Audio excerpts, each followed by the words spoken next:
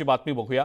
नागपूर शहरातली वाहतूक व्यवस्था सुरळीत राहावी यासाठी कार्यरत असलेल्या पोलिसांच्या सुविधेसाठी शहरात 80 ठिकाणी स्मार्ट ट्रॅफिक बूथ उभारण्यात आलेले आहेत। नागपूर स्मार्ट सिटी प्रकल्पाअंतर्गत हे स्मार्ट ट्रॅफिक बूथ उभारले गेलेले आहेत। एका बूथचा खर्च 6 लाख रुपये असून पोलिसांसाठी अत्याधुनिक तंत्रज्ञान आणि सोयी सुविधा यात उपलब्ध करून दिल्या गेलेल्या आहेत। मात्र 2 महिन्यांपेक्षा अधिक कालावधी होऊन सुद्धा हे बूथ पोलिसांना हस्तांतरित न केल्याने हे बूथ पांढरे हत्ती ठरताय आणि याचाच आढावा घेतलाय आमचे प्रतिनिधी उदय तिमांडे यांनी।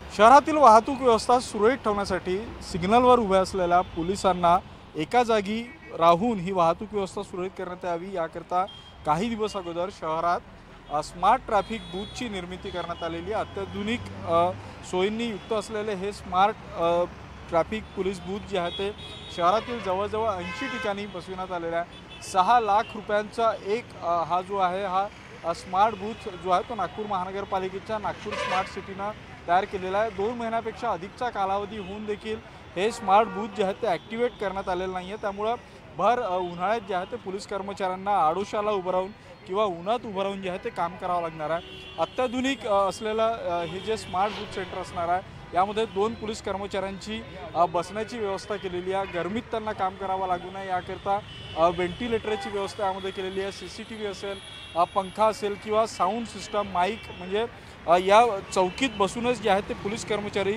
सिग्नलवरची वाहतूक व्यवस्था जी आहे ती सांभाळू शकणार आहे। विशेष म्हणजे सोलर आणि अग्निशमन यंत्रणा देखील याच्यामध्ये बसवण्यात आलेली आहे। मात्र गेल्या 2 महिन्यापेक्षा अधिक कालावधी उलटून देखील हे सुरू न केल्याने जे आहे ते पोलिसांचे तर हाल होतच आहे। मात्र इतका लक्षावधी रुपये खर्च करून देखील हे पांढरे हत्ती म्हणूनच सिग्नलवर उभे आहेत।